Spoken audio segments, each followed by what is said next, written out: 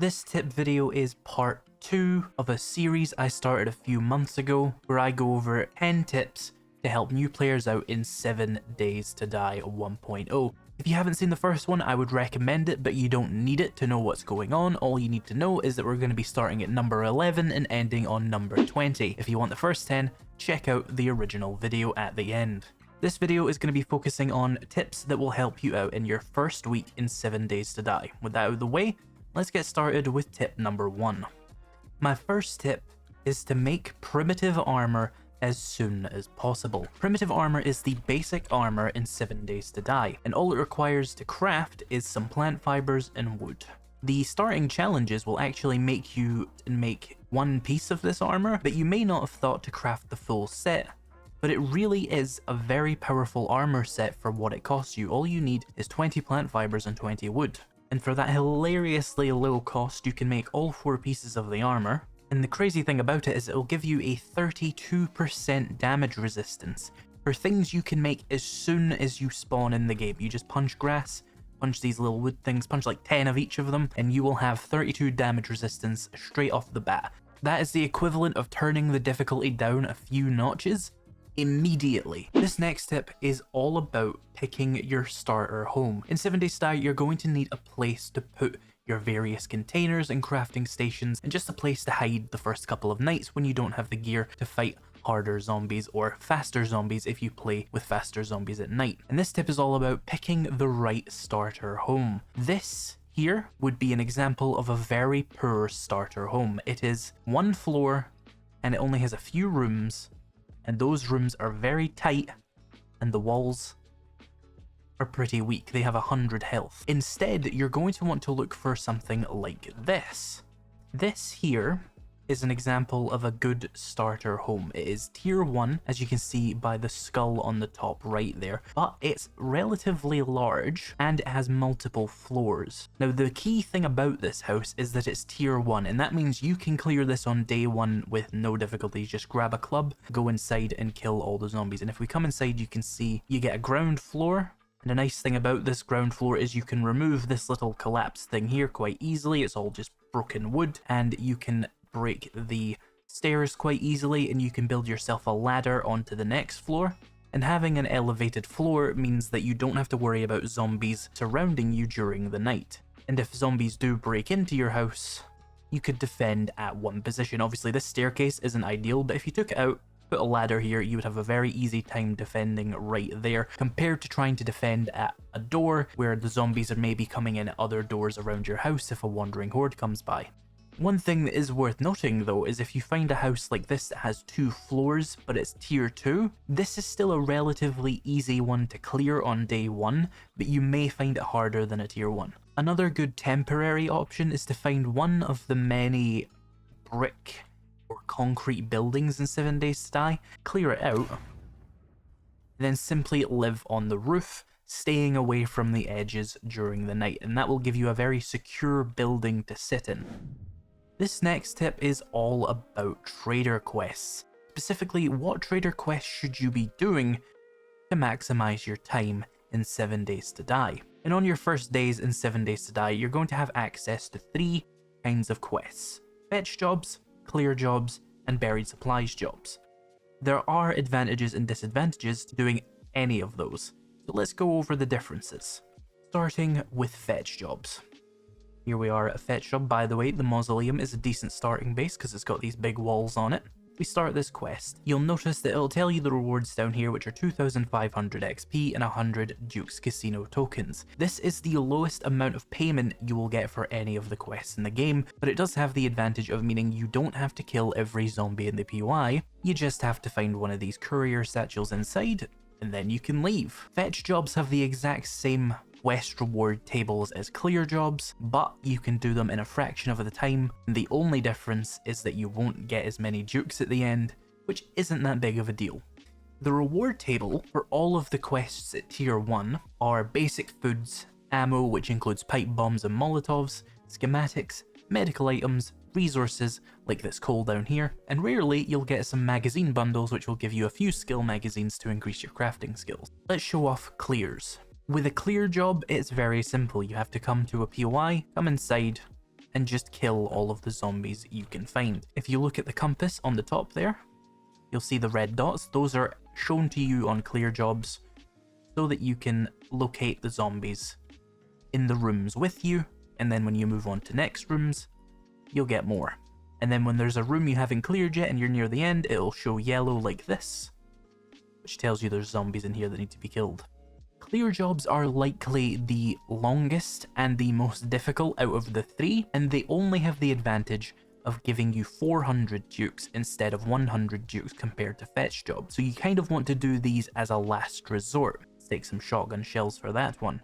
And then you have buried supplies. Now I learned something new about buried supplies today, which drastically changes how I feel about them. Let's head over and see what they're all about. So the nice thing about buried supplies jobs, of course, is even if you've cleared every POI in the area, you can always get a buried supplies job because they just go out into the woods in the middle of nowhere. You start the quest, and you get given a little bit of a radius, which will shrink every 10 blocks you break, telling you if you're getting closer, showing you a smaller radius so you can know you're getting closer to the buried supplies. This is a really good way of getting clay early on because of course it comes from the ground. For the sake of speed, we're going to cheat and just go under the map, and you'll see that here is a buried food stash. Inside, you will get, oh wow, that's a really good item to get. You don't usually get hobo stew from these, but it is a possible item, as you can see. That would be a really lucky drop for day one. You'll usually get 2 food items, a drink item, oh, and Grandpa's Moonshine. This is a really lucky little drop here, and you'll usually get a magazine like farming or cooking. If we take that and come up here, it will spawn zombies who will come and attack you. Usually 3 on a tier 1. We're just going to cheat again because this is about time. You don't have to kill those, so if you can outrun them, go right ahead. That's one of the things that does make the buried supplies jobs kind of dangerous on certain settings. You can see there I have my zombies running on daylight speed, and that means that I have to be prepared for zombies or they'll fall into the hole with me and I'll very likely die. If you make a little fortification, you'll be fine. Now the thing about buried supplies jobs you need to know, aside from the fact that they are slightly more dangerous, that little endpoint there, although you do have to kill a lot less zombies than the other two, is you'll get 250 dukes, so they're a middle ground on money. However, the thing I discovered today, and this is a really bad example of it, is you'll usually get twice as many of the resources you have in here for your reward at tier 1. And what I mean by that is, with the exception of resources, this is why it's a really bad example, because these are all singular items and this is another one. So let me go and do another buried supplies to give you a better demonstration. Okay, here we go. Typically on other tier 1 quests, you will get 30 762 compared to 60. I will show you some screenshots I have comparing the various fetches, clear jobs, and buried supplies, and you can see that on most of the things which have some kind of a quantity, except for resources and I think medicine, you will get twice as much of it, including ammo. So if you got 5 pipe bombs for a fetch job, you could have got 10 for doing a buried supplies, and that is really good. For this next tip, we've restarted the game and we're going to come to Trader Rekt, because the first thing you want to do in 7 Days to Die is get yourself a gun, and I'll explain why in a second, but let's go over how to do it. When you come to the trader for the first time, they'll have a quest here in the Got Any Special Jobs tab. Take that, it's a simple buried supplies job, which is simpler than the basic one. Usually he'll give you a shovel the first time you meet him. I'm obviously doing this out of order, so he didn't. And it is just a buried supplies. Again, we're going to cheat just for the sake of time. Grab that and see your quest rewards, and he will give you 4 guns and a pipe baton. And you'll notice that they say things like a great choice for investing into intellect perks or a great choice for agility. This is good advice in general. Pistols are very good for agility players, shotguns are very good for strength players, but ignore that for this. You're going to want the pipe machine gun, and the reason you want the pipe machine gun is because out of these 5 options, this is the only automatic weapon, and it's the only weapon with a large magazine. The pistol has 6 and the shotgun and rifle both only have 1, and of course the baton is actually a melee weapon. You can get ammo for your pipe machine gun quite easily. As I've said, doing buried supplies jobs, you saw I got 60 in that one example. That is 4 magazines for the pipe machine gun, and the pipe machine gun has enough ammo and enough DPS to solve pretty much any issue you could accidentally stumble into as a new player. So always take this pipe machine gun. When you open it, you will get 1 magazine and a level 1 pipe machine gun, and this is now your 1 get out of jail free card. Every 15 bullets of 762 you find will be another get out of jail free card for when you fuck up immensely. One mistake you as a new player might make is wandering onto a POI where you don't realize there is a dog. And a good piece of advice for that, by the way, is that there are kennels that usually literally say beware of dog on them. Not 100% though, so keep your wits about you. Now I happen to know that in this POI there is a dog in this room here, and if I was walking around with my club out and I tried to hit it on the head, it would simply rip me to shreds. Zombie dogs are faster than the other zombies. They do similar damage, but the real issue is they attack quickly and they move quickly, and they're very difficult to stagger, and you might panic. The best weapon you will have early on if you forget where zombie dogs are is going to be your pipe machine gun. You're going to want to put something between you and the dog, and then just shoot it in the head a few times calmly. I'm going to use this little wall here, so let's wake up the dog. Here he comes. We're going to jump on the wall, which is the best piece of advice I could give you for dealing with dogs, is find something to get between you and them. And there we go. You can see I used half a magazine. I missed a couple of shots, but it died relatively easily. Compared to trying to kill it with a club and just melee combat, it's going to get you. So yeah, get yourself a pipe machine gun, and when you're handling dogs, this is just a bonus tip, put yourself higher up or put yourself behind, what would be a good example? If you can get it like stuck on this would also work, but a fence is going to be much better. Now this next tip is actually one that the main menu gives you. However, I still see a lot of people that don't know this mechanic exists when I do it in my various videos where I play 7 Days to Die. I get a lot of comments about, hey, I didn't even know that was in the game. And it is literally on the main menu screen, it will tell you this, but because so many people don't know it, we're going to go over it now. So I've spawned in a bunch of Arlenes over there as a demonstration, and we're going to enable their AI. You can see I'm sneaking and it's green, and that means I'm hidden. If you hold down with a rock in your hand and lead the throw a little bit, you'll see that they go over to it. Pretty much all of them eventually. They'll figure it out. So stones can be used to distract zombies that are in your way when you're trying to sneak. It's especially useful at night when you encounter what's called a feral zombie. Let me spawn one in. Now this is a feral zombie. These spawn most commonly at night, and they have pretty much a lot more health. This thug zombie is one of the higher health base zombies, and he has 227 health. This is a weaker feral, and it has 513 health. It also has resistances to stuns, and its hits do twice as much damage as basic zombies. These are things you will encounter at night, and even your pipe machine gun isn't going to save you from them. So what you want to do at night, if you encounter a zombie that has glowing eyes, first of all, you want to try and not piss off any zombies at night, because they could all be feral. Is there a vulture? What the fuck? Okay. That was weird. Anyway, because they could be feral and you wouldn't really be able to tell from this distance. For example, I can't see her glowing eyes right now. So what you want to do to zombies at night is use the throwing stone. And if they're feral, they'll follow it, as well as the regular zombies. And you just don't have to fight anybody at night, and you don't have to accidentally get caught up with a feral zombie. For this next tip, we're up in the sky to show you the various different biomes of 7 Days to Die. Here we're in the forest biome, that is the desert biome, that is the snow biome, and it's very difficult to tell from above, but one of these is the wasteland biome and one of them is the burned forest biome. The game will generally try to make you go forest, burned forest, desert, snow, wasteland. Now I can tell from the height that I'm at that this is the wasteland and this is the burned forest, because the wasteland has all the really useful looking big cities in it, and this one just has a few small towns, so we know this is the burned forest over here. And you'll notice that the burnt forest is kind of burned, but it also has a orange half skull on the top right there. That means it is slightly more difficult compared to the pine forest here, just steps away. If we take a look at my game stage, I am game stage 1. If we head on over to the burned forest, I have gone up to game stage 13. We also look at my loot stage in this biome, you'll see that it's loot stage 11. Go back over to the forest, I'll be loot stage 1. Every biome in 7 Days to Die has a modifier for their loot stage and their game stage. Game stage controls how difficult the zombies you fight are, and loot stage controls how good the loot is. So if you go into the burned forest, you will fight slightly harder zombies, and you will get slightly better loot. Then when we come over here to the desert biome, you'll see the game stage modifier is the same as is the loot stage modifier. That is only true of the desert and the burnt forest, but the desert is functionally more difficult because of vultures and the animals that run around the desert. Let's head over to the snow biome, it's a bit more interesting. Here in the snow biome, you'll see I have 1.5 skulls. Game stage 26, but also loot stage 22, and this is a much harder biome to survive in, not just because of the zombies being higher levels, but also there are things like bears and mountain lions running around that will rip you to shreds. So let's head over to the final biome, the Wasteland, and you'll see here I have a game stage of 39 and a loot stage of 32.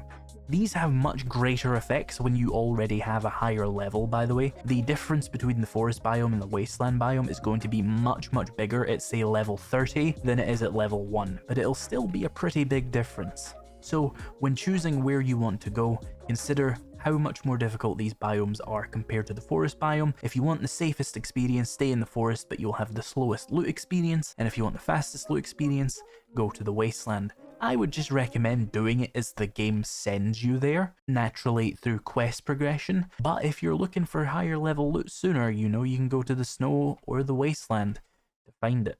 Those were some pretty wordy tips. Why don't we go to something a little bit more fundamental? In 7 Days to Die, you use a bow and arrow quite frequently, and arrows require feathers, and feathers of course come from birds' nests. Now if we open this bird's nest, we get a couple of feathers, woohoo. But you can actually get more feathers from it. You see, when I opened that and took the feathers out, it broke, right?